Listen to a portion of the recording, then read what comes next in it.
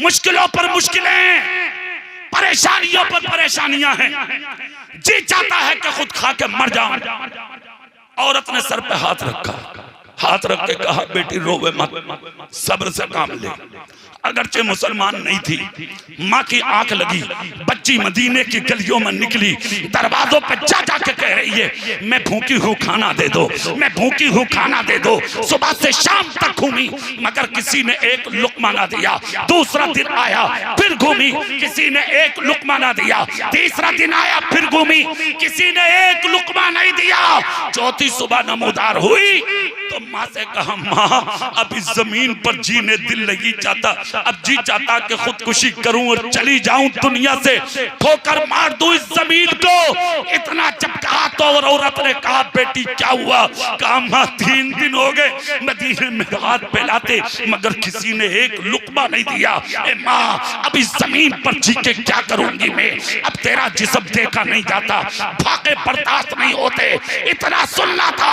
औरत ने कहा बेटी क्या सारे दरवाजे चली गई? कहा हाँ। बेवा ने कहा सुन 3 दिन अपनी मर्जी से घूमी है तू, आज का दिन मेरी मर्जी से चली जाती। जोर से कह के दिखाओ, पूरी ताकत से बोलो। कहा मां कहां जाऊं, कोई दरवाजा छोड़ा ही नहीं है मैंने। इतना जब कहा तो बेबा बोली सुन अभी एक दरवाजा बाकी अगर चली जाती तो खाली नहीं आती है गैर, मगर कितना भरोसा है मेरे रसूल की रहमत पर। इतना जब कहा तो बच्ची बोली वो दरवाजा किसका है?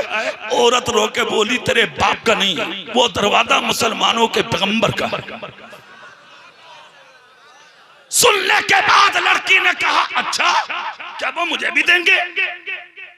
औरत ने कहा अरे वो तुझे क्या, वो हर किसी को देते। जाना हाल सुनाना। बच्ची ने प्याला लिया, नबी की चौखट पे पहुंची, जाके दरवाजे पे नबी के दस्तक दी। जैसे ही हाथ मारा पहली आवाज में रहमत बनकर मुस्तफा आ गए। पहली आवाज में मुस्तफा आए। जैसे ही मेरे रसूल ने दरवाजा खोला देखा छोटी सी बच्ची आंख में आंसू लिए खड़ी है।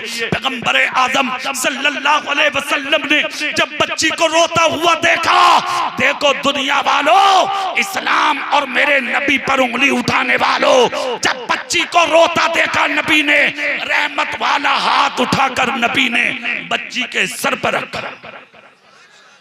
जोर से दिल से बच्ची के सर पे रखा और हाथ रखकर नबी बोले रोवे मत। जो 3 दिन के गम के आंसू टिके थे आंख में वो मोती बनकर जमीन पर बच्ची के गिरने लगे।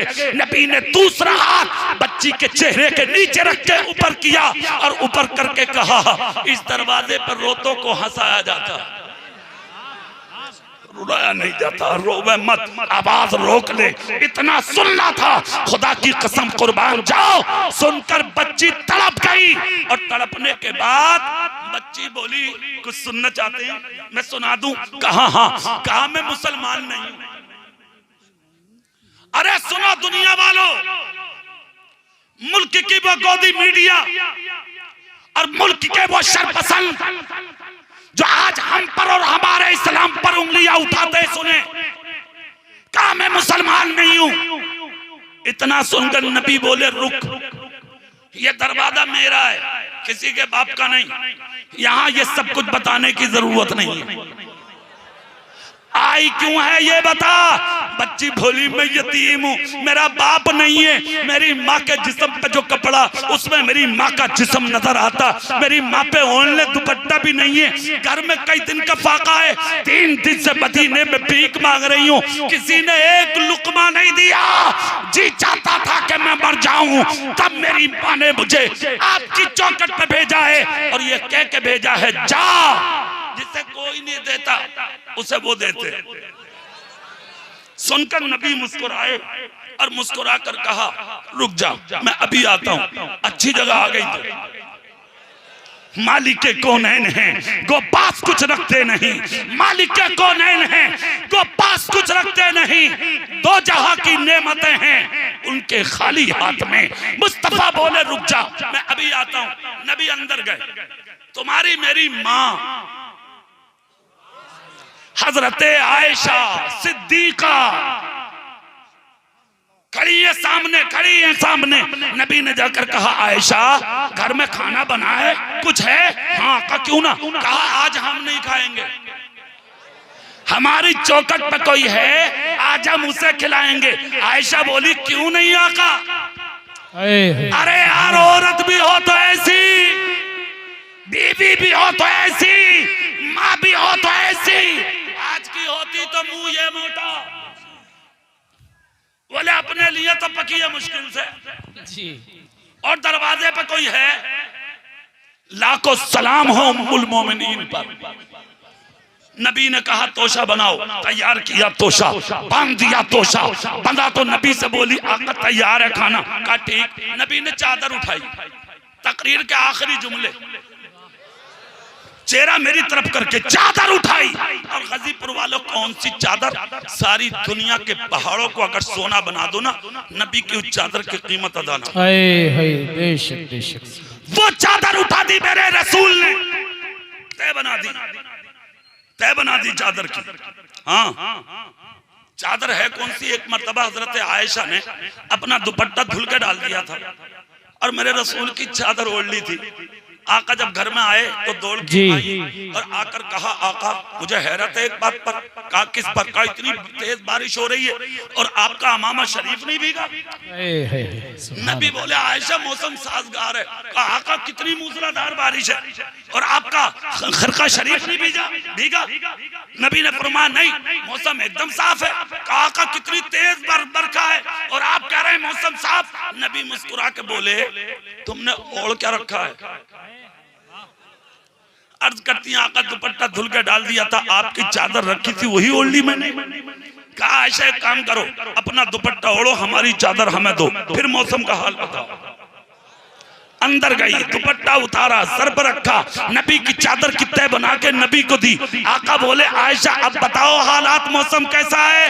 कदमों में झुक के बोली आका अभी तो मूसलाधार बारिश थी मगर अब तो मौसम बिल्कुल साजगार है। मुअम्मा क्या है, फलसफा क्या है, राज क्या है? मुस्तफा बोले आयशा वो बारिश नहीं थी, तुमने जो अपने दुपट्टे की जगह मेरी चादर को ओढ़ लिया था वो तुमको अल्लाह के रहमो करम की बरसात सुभान अल्लाह सुभान अल्लाह। बेशक आज वो चादर नबी ने तय बनाई और तय बना कर नबी एक हाथ में तोशा खाने का और दूसरे हाथ में चादर। लड़की के बाद 7 साल की बच्ची, मुस्लिम नहीं गैर मुस्लिम। सुने दुनिया वाले कैसी रहमत है मुस्तफा।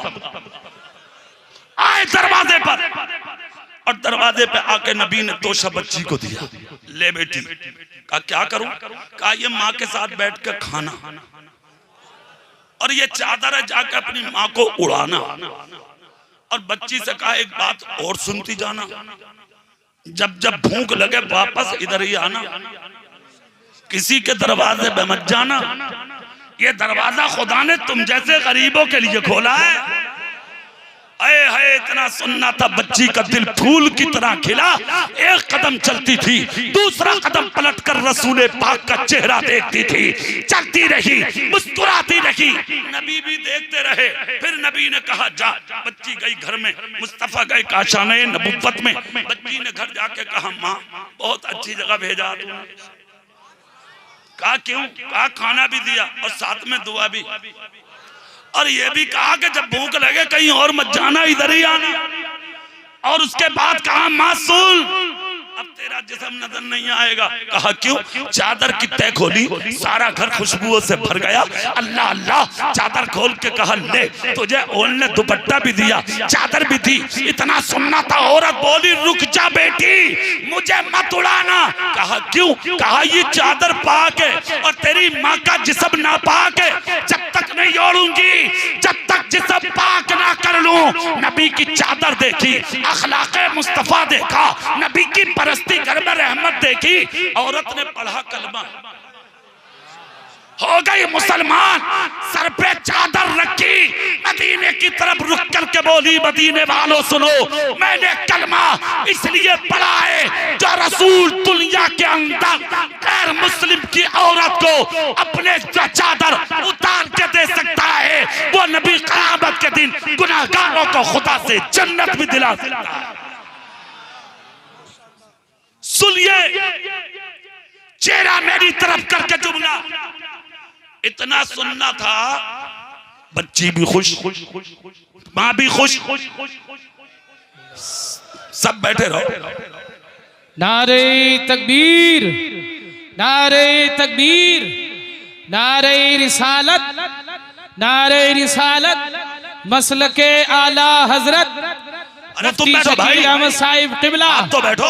मुफ्ती शकील अहमद साहिब किबला, नारे तकबीर, अरे अरे नारे भाई, आप बैठ जाओ। रिसालत, उलमाए अहले सुन्नत। बैठी बैठी, एक मिनट में आप बैठो, आपको थोड़ी उठना है, हम स्टेज वाले हैं ना भाई। अब बैठ जाइए, बस तकरीर खत्म हो रही है, जल्दी आखिरी जुमला, हाथ उठा के क्या क्या दिखाना जरा, सुभान अल्लाह। एक मर्तबा नबी को पुकारो, बोलो या रसूल अल्लाह। आज दुनिया जो इल्जाम लगा रही है, उंगलियां उठा रही है, वो दुनिया वाले देखें, ऐसी रहमत बनकर आए हैं मुस्तफा, सिर्फ अपनों के लिए नहीं, गैरों के लिए भी रहमत है मुस्तफा। 1500 साल होने जा रहे हैं, तभी तो आज अपने नहीं गैर भी कह रहे हैं, वो भी लाजवाब और उस पैगंबर का दीन भी लाजवाब, उम्मत भी लाजवाब, और जो वो किताब लाए वो किताब भी लाजवाब। और गाजीपुर वालों, तुम्हारा आज का जलसा भी लाजवाब। लंबी तकरीर हो गई, अल्लाह इसे कबूल फरमा ले, जो खताएं हो गई हो अल्लाह माफ फरमा दे। अस्तगफिरुल्लाह रब्बी मिन कुल्लि ज़म्बिन व अतूबु इलैह। बहुत अच्छा खतीब है, बहुत अच्छा, हजरत अल्लामा मौलाना शकील अहमद साहब अमरोही, हाँ, इनको सुन के जाइए, टॉप का मुकर्रिर है भाई साहब। हाँ, ये बता रहा हूँ, मेरी आदत है ये कि मैं अपनी तकरीर के बाद ये नहीं चाहता हूं कि मेरी तकरीर के बाद लोग उठें, ऐसा मौलाना नहीं हूं मैं।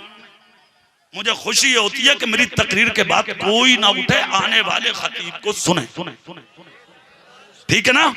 हाथ उठा के बोलो इंशाअल्लाह। हाँ, बहुत टॉप का मुकर्रिर, सुन के जाइए, है ना? अल्लाह ताला हम सबको अमल की तौफीक अता फरमाए, आमीन।